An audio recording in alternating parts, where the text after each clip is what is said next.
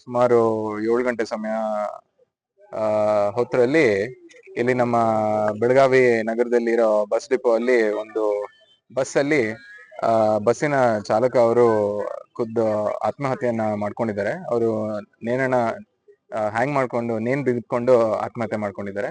ಈ ಒಂದು ಈ ಒಂದು ವಿಚಾರ ತಿಳಿದು ಬಂದಂತೆ ನಮ್ಮ ಪೊಲೀಸ್ ಇಲಾಖೆಯ ಅಧಿಕಾರಿಗಳೆಲ್ಲರೂ ಇಲ್ಲಿ ಬಂದಿದ್ದಾರೆ. ನಾನು ಕೂಡ ಬಂದು ಸ್ಪಾಟ್ ವಿಸಿಟ್ ನ ಮಾಡಿದ್ದೀನಿ. ಅವರು ಮೃತದೇಹ ಅಲ್ಲಿ ಇದೆ. ಅವರ ಮನೆ ಕಡೆಯಿಂದ ಈಗ ಅವರ ಪತ್ನಿಯವರು ಕೂಡ ಬಂದಿದ್ದಾರೆ, ಮತ್ತೆ ಅವ್ರ ತಾಯಿಯವರು ಕೂಡ ಬರ್ತಿದ್ದಾರೆ. ಇವ್ರ ಹೆಸರು ಬಾಲಚಂದ್ರ ಅಂತ ಹೇಳಿ. ಇವರು ಮೂಲತಃ ರಾಮದುರ್ಗ ತಾಲೂಕಿನವರಾಗಿರ್ತಾರೆ.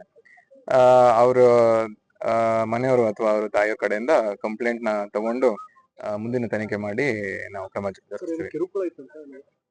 ಈಗ ಮೇಲ್ನೋಟಕ್ಕೆ ನಾವು ತನಿಖೆ ಮಾಡದೆ ಎಕ್ಸಾಕ್ಟ್ ಆಗಿ ಯಾವ ಕಾರಣಕ್ಕೆ ಆಗಿದೆ ಅಂತ ಹೇಳಿ ನಾನು ಸ್ಪಷ್ಟವಾಗಿ ಹೇಳಲಿಕ್ಕೆ ಬರೋದಿಲ್ಲ.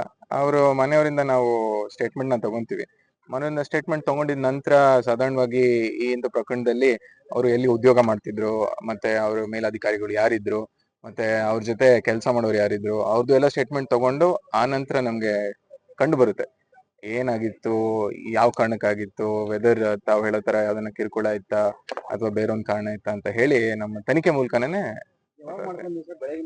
ಬೆಳಿಗ್ಗೆ 7 ಗಂಟೆಗೆ. ಯಾಕೆಂದ್ರೆ ಅವರು 6:30 ಸಮಯಕ್ಕೆ ಬಂದಿದ್ದಾರಂತೆ. ಮತ್ತೆ ಇದು ನಮ್ಮ ಲೋಕಲ್ ಬಸ್ ಆಗಿರುತ್ತೆ. ಇಲ್ಲಿ ಶಾಪುರಿಂದ ವಡ್ಗಾವ್ ಹೋಗೋ ಬಸ್ ಆಗಿರುತ್ತೆ ಅಂತ ಹೇಳ್ತಾ ಇದ್ದಾರೆ. ಇದು ನಮ್ಮ ಪ್ರಿಲಿಮಿನರಿ ಮಾಹಿತಿ ಆಗಿರುತ್ತೆ.